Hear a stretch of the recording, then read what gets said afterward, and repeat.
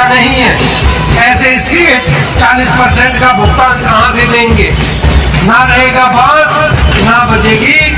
बांसुरी। पुरानी कहावतें हैं, जब जिस स्टेट में मनरेगा लागू ही नहीं होगी तो वहां पर 125 दिन का रोजगार कहां से मिलेगा? मैं आप लोगों से एक बात जरूर कहना चाहता हूं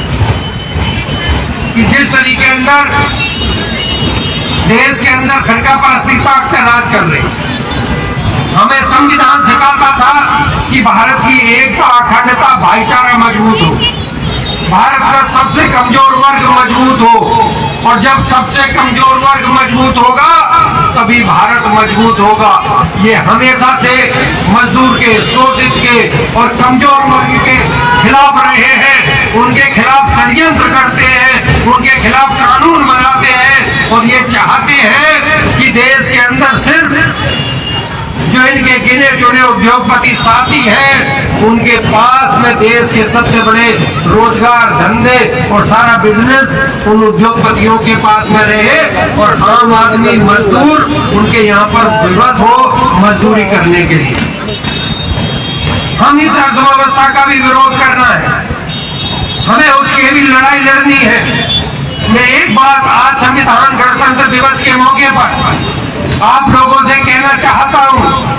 कि ये फिरका परस्ती ताकतें भाई से भाई को लड़ाने का कार्य करेंगी,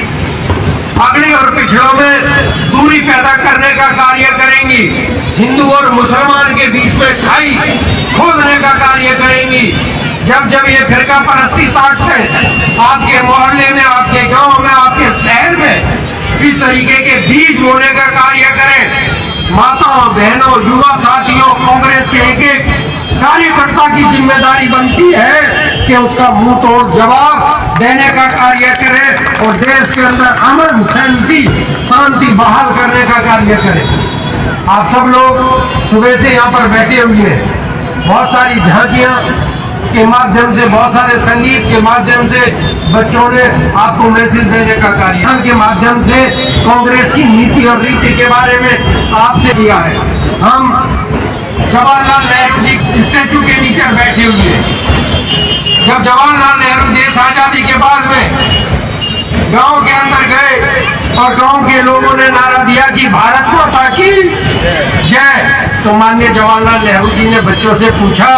कि भारत माता का मतलब क्या है, भारत माता क्या है?